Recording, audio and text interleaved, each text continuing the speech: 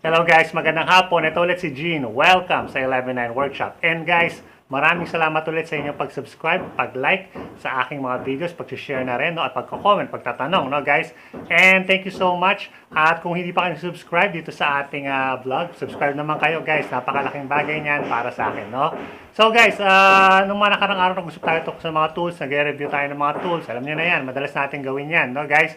Pero ngayon, may gusto kong pag-usapan, no? Kasi marami nagtatanong sa akin, Sir Gene, paano ko ba nakakuha ng mga free tools? No? So, alam niyo naman na may mga sponsors na tayo, so may mga nagbibigay na sa atin ng mga tools, tulad nitong mga to. So, bigay sa atin yan ng mga ating mga butihing mga sponsors, no? Pero paano ka ba makakakuha ng sponsor? Or paano ka makakuha ng mga free tools tulad niyan, no? Actually guys, ito yung karugtong din ng aking isang vlog na how to DIY vlog o paano magsimula ng isang DIY vlog, no?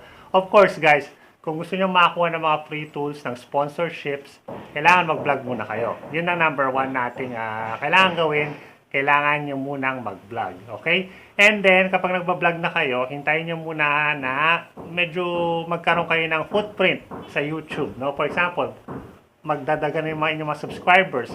Ako kasi guys, in my experience, sinimulan ko lang na maghanap ng sponsor nung nakarating na ako sa 5,000 subscribers, no?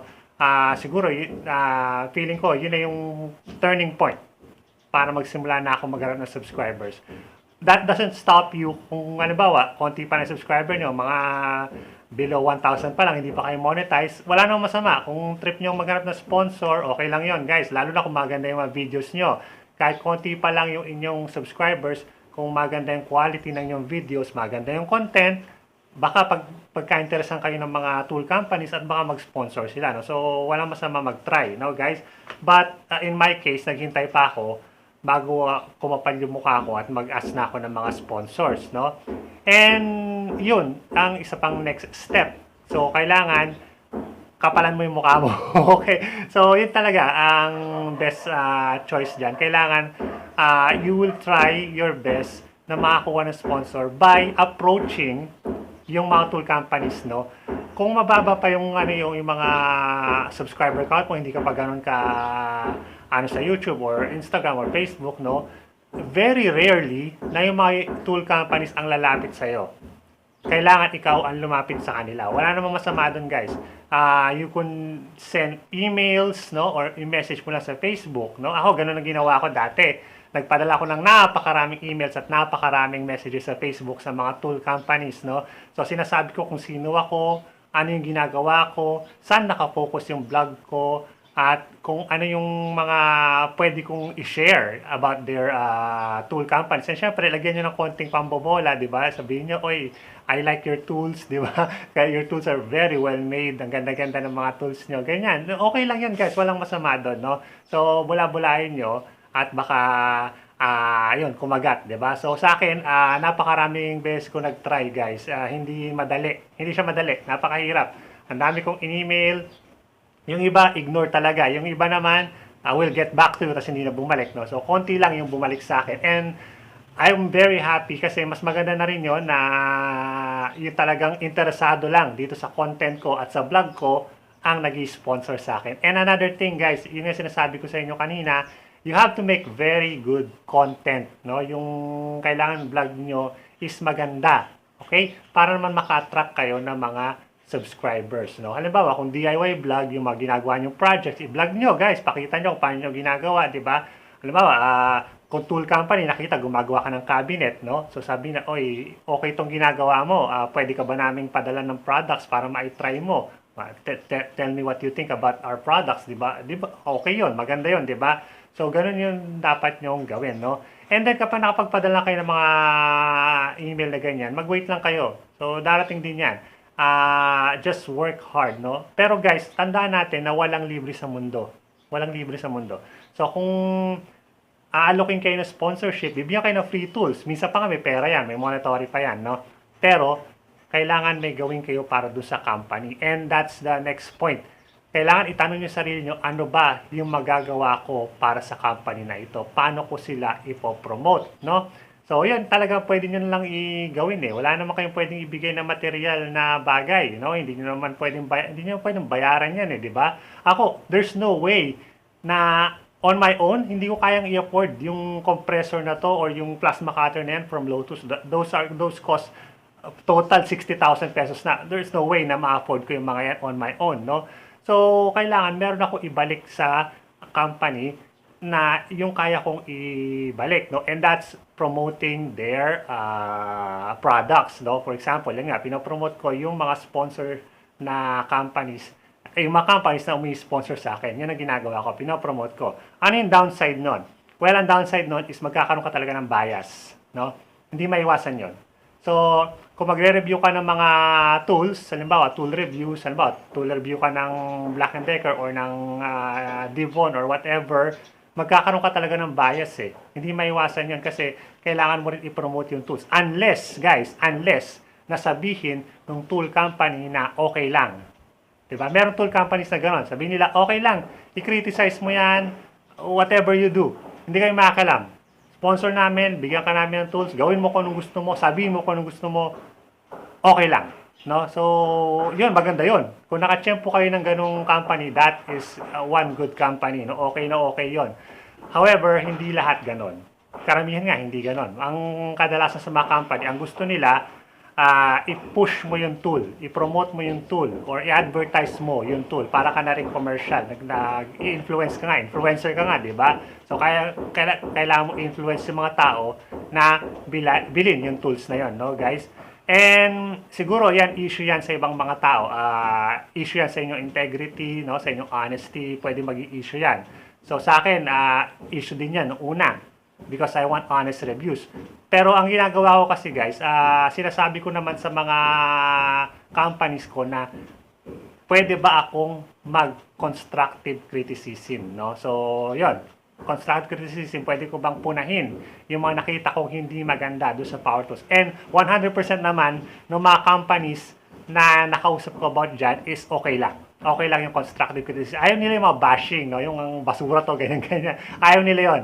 Gusto nila yung kinikritik mo, yung kanilang ginawa para siguro improvement next time, di ba? Para pag ma-upgrade nila, di ba? So, kumukuha rin sila ng points sa mga influencers tulad natin, di ba? So, yan, napaka-importante niyan.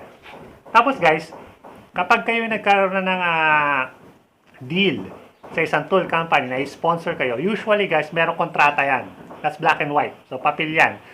May kontrata yan. At kailangan yung aralin yung kontrata. No? Kailangan, kung pwede mag-set kayo ng meeting doon sa representative ng company. Usually kasi guys, in my experience, hindi mismo yung company yung ka-deal mo, kundi representative ng company. It's either advertising company or marketing company yung ka-deal mo. And you have to stage a meeting with them, no? Kung binigyan ka nila ng kontrata, pinakita sa'yo, bago mo pirmahan, pag-aralan mo muna. Basahin mo muna, tingnan mo muna kung ano yung pros and cons para sa'yo, guys. So, for example, in my part, yung sa isang tool company naman, hindi naman sila maselan sa contract namin. Tapos, okay lang na gumamit ng or mag-review ng mga products as long as mas mahal sa kanila at hindi nila ka-level yung price nung i-review mo. Bawal sa akin na mag-advertise or mag-sponsor ng mga company na ka-level ng price nung company na yon, no? So, yun lang yung bawal sa kanila. Samantalang isa namang company na nag-sponsor sa akin is, ang kondisyon niya lang is, okay lang sa kanya na kumuha ko ng ibang sponsor basta merong gap. No? So, mga 2 weeks gap yung mga vlogs about do sa product nila at do sa iba pang mga products. So, yun lang naman yung simple na ano nila sa akin, condition sa akin sa mga kontrata ko, no? And of course, guys, may mga kasama rin na sa kontrata. Bawal ka magmura, di ba? Bawal ka mang-bash. Excuse me, bawal ka mang-bash, no? So, bawal yung mga ano-ano na, alam niyo na yan, common sense na lang yan, no? So, yun, nakalagay din yun sa kontrata. Kaya, check nyo mabuti yung kontrata, basahin nyo mabuti, at tsaka nyo pirmahan, no? And usually, guys, ang mga kontrata is merong, merong time yan. Ang sa akin sa ibang company, 6 months, sa iba naman is 1 year, no? And that's good. So, mas maganda kung 1 year, no, guys? Pero, guys, halimbawa, may sponsor na kayong isa. tapos meron pang isa na nag-approach kayo or may approach kayo ng isa pang sponsor, be sure lang na wag magko-conflict yung inyong deal sa isang company at sa isang company, no? So, mahirap yan kapag marami kang sponsor. Ako minsan, problema ako dyan kasi since may ilan na ako mga sponsor, so minsan, nahihirapan ako i-juggle sila, pero okay lang yun. Kaya naman, doable naman yun, guys, no? Pero yun nga, kailangan lang pag-aralan nyo mabuti. Study nyo mabuti kung kaya ba to ng time frame nyo or kaya ba to ng mga skills nyo para i-review yung mga sponsorship na yan. And then, kapag okay na lahat, okay na yung deal nyo, napirmahan nyo na yung kontrata, papadala na sa inyo yung tools ng company na yon. So, waiting game yan, guys. At sinasabi ko sa inyo, yan ang pinaka frustrating pero exciting time, no? Lalo na kung naghihintay ka ng mga bagong tools. Sobrang excitement yung naramdaman mo na hinihintay mo dumating, no? At patience lang naman, guys. So, darating din yan. So, abang-abang lang darating din yung mga tools na kanila ibigay. And then, kapag dumating na, eto na. So, kapag dumating na yung tools, kailangan mo na siya i-review, kailangan mo na siya i-feature sa vlog mo, you have to do your best, no? Gawin mo yung narapat, yung best mo for that vlog, for that tool, no? Kung nag-import ka sa mga random vlogs lang na walang sponsor, doblehin mo yung effort kapag sponsored vlogs na. Kasi, nandiyan yung pera eh. Nandiyan yung mula, okay? So, nandiyan yung pagkakitaan mo talaga. Diyan ka rin makakita ng mga free tools. Lalo na kapag natuwa yung mga tool company nakita, oy, okay itong ginagawa ni ni ganito. Natutuwa ako sa mga vlogs niya. Padalan pa natin ng tools.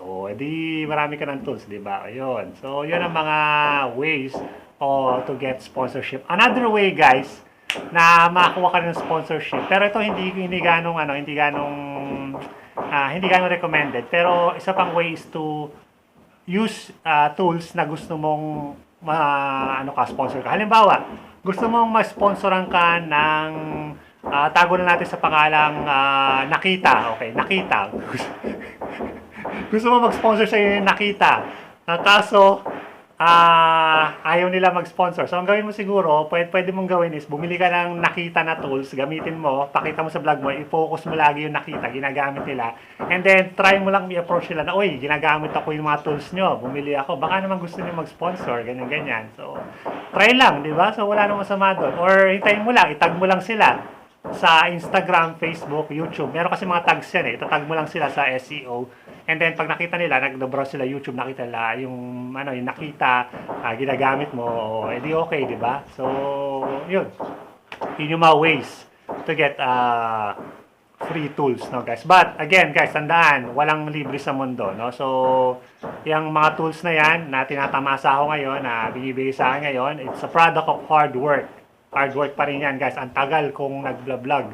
Ang tagal kong naghahanap ng subscribers. Ang tagal kong nag-shoot ng mga videos, nag-i-edit para lang makakuha ng mga sponsors. So, hindi biro yung puhunan mo para makakuha ka ng mga free tools, no? So, kailangan mag-effort ka rin. Hindi yan libre, no? So, meron pa rin yung kabayaran sa'yo, no? But, at the end of the day, it's free, di ba? It's free tools. Enjoy yan, no? So guys, tapos magkakaroon ka pa ng access sa mga tools na talagang siguro for you hindi mo talaga ma-afford. 24,000 impact wrench, kaya ko bang i-afford yan? No, there's no way. At hindi ko bibilin yan kung sa akin lang. Pero meron ako dahil sa aking clout, dahil sa aking reputation dito sa 11.9 workshop. So yun lang kailangan mong gawin. I-build mo lang din yung reputation mo. People will know you as a trustworthy, honest na vlogger, ganon. So, yun. Pagtitiwala ka rin mga tool companies pagdating ng araw. Okay? Tiyaga lang yan, guys. Sipag at tiyaga lang. Okay, so yun, medyo mahaba yung ating usapan. Sana may natutunan kayo at sana maranako kayo ng mga tips no, dito sa topic natin ito. So, next time, pag may tatanong pa rin, paano ako nakakuha ng mga tools from sponsors, ililink ko na lang tong vlog na to para naman, para maintindihan nyo na agad yung mga sinasabi ko, okay? And then, guys, again, kung di pa nyo subscribe naman kayo dito sa 11.9 Workshop. No, salamat again, guys. Tapos may review pa tayo next time, guys, kasi parating na yung tool galing sa ating mga kaibigan sa Banggood. Medyo na late lang ng konti, pero parating na yan, guys. Abangan nyo na rin. And Sabi ko nga, na-renew yung ating kontrata sa Black & Decker. So, buhay ulit si Black & Decker. So, buhay na ulit si Black & Decker. At may mga tools tayo na i-review ng mga bagong tools. Straight from the United States, guys. Mga bagong labas. Bagong introduce ng Black & Decker dito sa Pilipinas. At tayo ang unang makakapag-review niyan dito, no? Okay, guys. So, thank you so much for watching. This is Gene from 11.9 Workshop. I'll see you guys again next time. Adios.